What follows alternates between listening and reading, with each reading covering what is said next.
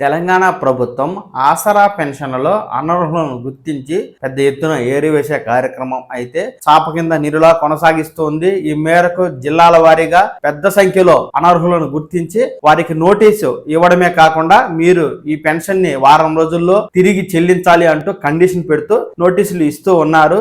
దీంతో రాష్ట్రంలో ప్రభుత్వ ప్రతిపక్షాల మధ్య ఈ ఆసరా పెన్షన్లకు సంబంధించి మాటల యుద్ధం కొనసాగుతూ ఉంది. తెలంగాణ రాష్ట్ర నివాసితులు అయ్యుండి బిలో ప్రాపర్టీ లెవెల్ కలిగి అంటే రేషన్ కార్డు కలిగి ఉన్నవారు మాత్రమే ఈ ఆసరా పెన్షన్లకు అర్హులవుతారని ప్రభుత్వం అయితే తెలియజేస్తూ ఉంది. అయితే ఇటీవల కాలంలో ప్రభుత్వ ఉద్యోగులు, రిటైర్డ్ అయినటువంటి ఉద్యోగులు, ప్రభుత్వ కుటుంబంలోని వ్యక్తులు, అలాగే అర్హత లేని అటువంటి వ్యక్తులు అంటే ఎక్కువ సంఖ్యలో భూములు, రియల్టర్లు, లాయర్లు, డాక్టర్లు, ఇంజనీర్లు, సాఫ్ట్వేర్ ఉద్యోగులు ఇలాంటి వారి కుటుంబాల్లోని వ్యక్తులు కూడా పెద్ద ఎత్తున ఆసరా పెన్షన్లు తీసుకుంటున్నారని ప్రభుత్వానికి అయితే ఫిర్యాదులు వెళ్లడంతో ఈ ఆసరా పెన్షన్లలో అనర్హులను గుర్తించే కార్యక్రమాన్ని ప్రభుత్వం వేగంగా చేపట్టడం జరిగింది. అంతే వేగంతో అనర్హులకు నోటీసులు ఇచ్చి ఈ మేరకు పెన్షన్ రికవరీ చేస్తూ ఉన్నారు. దీనికి సంబంధించి మనకు తెలంగాణ ప్రభుత్వం ఏం తెలియజేస్తుందంటే ప్రభుత్వ నిబంధనల మేరకు రేషన్ కార్డు కలిగి వృద్ధుల, వితంతువుల, వికలాంగుల, ఒంటరి మహిళ, బీడీ కార్మికులు, చేనేత కార్మికులు, కల్లుగీత కార్మికులు, రాళ్లు కొట్టేవారు, డయాలసిస్, ఫైలేరియా, HIV రోగులు వంటి వారే ఈ ఆసరా పెన్షన్ కి అనర్హులని, ఇలాంటి వారు కాకుండా అర్హత లేకపోయినప్పటికీ ప్రభుత్వ ఉద్యోగులు, ధనవంతులు ఈ పెన్షన్ ని తీసుకుంటున్నారని ప్రభుత్వం అయితే ఈ పెన్షన్లను తొలగించే కార్యక్రమం చేపట్టగా తెలంగాణ రాష్ట్ర వ్యాప్తంగా మొత్తంగా 5,650 మంది ప్రభుత్వ ఉద్యోగులు తమ రిటైర్మెంట్ పెన్షన్ తో పాటు ఆసరా పెన్షన్ ను కూడా తీసుకుంటున్నట్టు ప్రభుత్వం అయితే గుర్తించి ఇలాంటి వారికి నోటీసులు సర్వ్ చేస్తూ ఉంది. ఈ 5,650 మందిలో ఇప్పటికే 3,824 మంది చనిపోయినట్టు కూడా ప్రభుత్వం గుర్తించడం జరిగింది. మిగిలిన 1,826 మంది అటు ప్రభుత్వం నుంచి వచ్చే సర్వీస్ పెన్షన్ ని, ఇటు ఆసరా పెన్షన్ ని రెండింటిని తీసుకుంటున్నట్టు ప్రభుత్వం గుర్తించడం కూడా జరిగింది. ఒక్క ఖమ్మం జిల్లాలోనే 427 మంది ఈ విధంగా డబుల్ పెన్షన్లు తీసుకుంటున్నట్టు ప్రభుత్వం గుర్తించి 2,50,00,000 మేరకు ఈ ఆసరా పెన్షన్ సొమ్మును తిరిగి స్వాధీనం చేసుకోవడం కూడా జరిగింది. అంటే ఒక్కో జిల్లాలో 2.5 కోటికి పైగా అంటే 500 నుంచి 600 మందికి పైగా అనర్హులు ఉండి ఈ మేరకు ఇటు ప్రభుత్వం నుంచి రిటైర్డ్ పెన్షన్, అటు ఆసరా పెన్షన్ రెండు తీసుకుంటున్నట్టు గుర్తించి ఇలాంటి వారి నుంచి ప్రభుత్వం సొమ్మును రికవరీ చేస్తూ ఉంది. ఇది తప్పు పట్టాల్సిన అవసరం లేదు, ఇంతవరకు సబబే. ఎందుకంటే ప్రభుత్వ ఉద్యోగం చేసి రిటైర్డ్ అయి వేలకు వేలు సర్వీస్ పెన్షన్ తీసుకుంటూ కూడా ఇలా 2,016 రూపాయలు ఆసరా పెన్షన్ తీసుకోవడం అనేది చాలా దుర్మార్గమైనటువంటి విషయం. ఇలా ఆసరా పెన్షన్లలో అనర్హుల తొలగింపు తనిఖీల్లో గుర్తించి ప్రభుత్వం ఇలాంటి వారికి పెన్షన్ అయితే నిలిపివేస్తూ ఉంది. ఆ మొత్తాన్ని తిరిగి చెల్లించాలంటూ రాబడుతూ ఉంది. ఈ నేపథ్యంలో కేటీఆర్ గారు ఎక్స్ వేదికగా ప్రభుత్వాన్ని విమర్శిస్తూ భద్రాద్రి కొత్తగూడెం జిల్లాలో పక్షవాతంతో బాధపడుతున్న 80 సంవత్సరాల వృద్ధురాలు దాసరి మల్లమ్మకు ఆసరా పింఛన్ నిలిపివేస్తూ ప్రభుత్వం నోటీసులు ఇచ్చిందని, ఇది దుర్మార్గమని, మల్లమ్మకు ఆసరా పింఛన్ పథకం కింద వచ్చేటువంటి సొమ్ము ఇప్పటి వరకు తీసుకున్న సొమ్ము 1,72,000 రూపాయలు తిరిగి కట్టాలంటూ ఆమెకు నోటీసులు ఇవ్వడం దారుణం అంటూ ఆయన ఈ మేరకు ప్రభుత్వాన్ని విమర్శించడం అయితే జరిగింది. ఈ ఆసరా పెన్షన్ తొలగింపు కార్యక్రమంపై ప్రభుత్వం మీద పెద్ద ఎత్తున విమర్శలు రావడంతో ఈ మేరకు సెర్ఫ్ అధికారులు అయితే ఈ దాసరి మల్లమ్మకు సంబంధించిన పెన్షన్ పై విచారణ చేయడం జరిగింది. విచారణ చేపట్టిన సెర్ఫ్ అధికారులు ఈ దాసరి మల్లమ్మ ఈ పెన్షన్ కి అనర్హురాలేనంటూ వారైతే కేటీఆర్ గారు పెట్టినటువంటి ఎక్స్ పోస్ట్ కు రిప్లైగా వారు సమాధానం ఇవ్వడం జరిగింది. సెర్ఫ్ అధికారులు కేటీఆర్ గారి ప్రశ్నకు ఏమని సమాధానం ఇస్తున్నారంటే, పింఛను పొందేందుకు దాసరి మల్లమ్మ అనర్హురాలని ప్రభుత్వం తెలియజేస్తోంది. పింఛను పొందేందుకు దాసరి మల్లమ్మ అర్హురాలని ప్రభుత్వం పేర్కొంది. కొత్తగూడెం నియోజకవర్గం చుంచుపల్లి మండలం బాబు క్యాంపు ప్రాంతానికి చెందిన మల్లమ్మ కుమార్తె రాజేశ్వరి దంతుకూరులో ANM గా పనిచేసేవారు. 2010లో రాజేశ్వరి గారు మరణించారు. ఆమె పెళ్లి కాకపోవడంతో డిపెండెంట్ గా ఉన్న మల్లమ్మకు 20,000 రూపాయలు కుటుంబ పెన్షన్ అంటే ఉద్యోగులు చనిపోయినా లేదా రిటైర్మెంట్ అయినా వచ్చే పెన్షన్ ని ఈ మల్లమ్మ కుమార్తె ANM గా ఉండడంతో చనిపోయింది కాబట్టి ఈ మల్లమ్మకు డిపెండెంట్ గా ఉంది కాబట్టి ఆమెకు 20,000 రూపాయల పెన్షన్ ని ప్రభుత్వం ప్రతి నెల చెల్లిస్తూ ఉంది. మరోవైపు ఈ మల్లమ్మ ఆసరా పెన్షన్ కూడా ప్రతి నెల 2,016 రూపాయలు పొందుతున్నట్టు ఇటీవల అధికారులు తనిఖీల్లో తేలింది.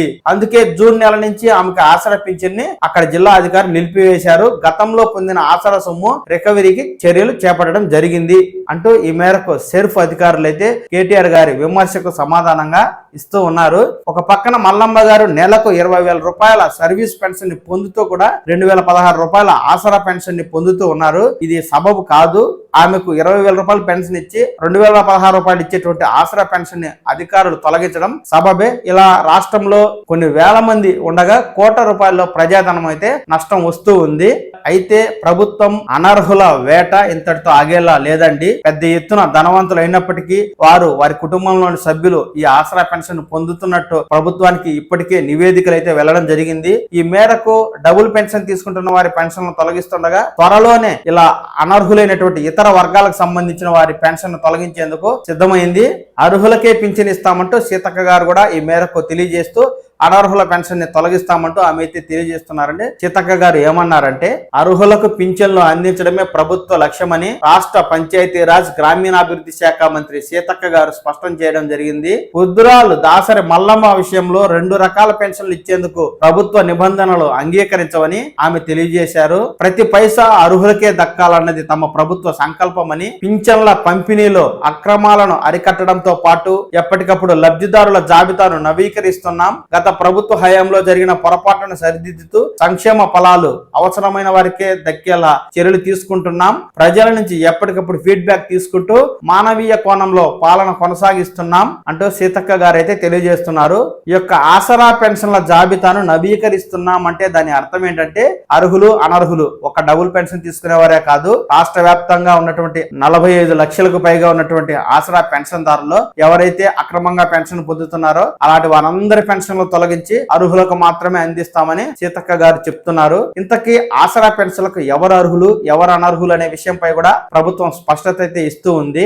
ఈ ఆసరా పెన్షన్లలో అనర్హతలు ఏమిటి, అనర్హులు ఎవరవుతారు అనే విషయంపై తెలుసుకుందాము. 3 ఎకరాల సాగునీటి సదుపాయం ఉన్న భూమి, 7.5 ఎకరాల బీడు భూమి ఉన్నవారు అనర్హులు. ప్రభుత్వ రంగ, ప్రైవేటు రంగ, కాంట్రాక్ట్ ఉద్యోగం ఉన్న పిల్లలు కలవారు, వైద్యులు, కాంట్రాక్టర్లు, స్వయం ఉపాధి కలిగిన పిల్లలు కలవారు, పెద్ద వ్యాపార సంస్థలు, నూనె మిల్లులు, బియ్యం మిల్లులు, పెట్రోల్ పంపులు, షాపులు యజమానులు, ఇప్పటికే ప్రభుత్వం నుండి పింఛను పొందుతున్నటువంటి వారు, తేలికపాటి భారీ వాహనములు అంటే కారు, లారీ, ట్రక్ లాంటి వాహనాలు కలిగి ఉన్నవారు, ఇటువంటి వారు జీవన శైలి వివిధ రకాల చేతి వృత్తుల పెన్షన్లకు అనర్హులని ప్రభుత్వం అయితే తెలియజేస్తుంది. మరి ఈ ఆసరా పెన్షన్ కి ఎవరు అర్హులు అంటే కూడా ప్రభుత్వం బదిలిస్తుందండి.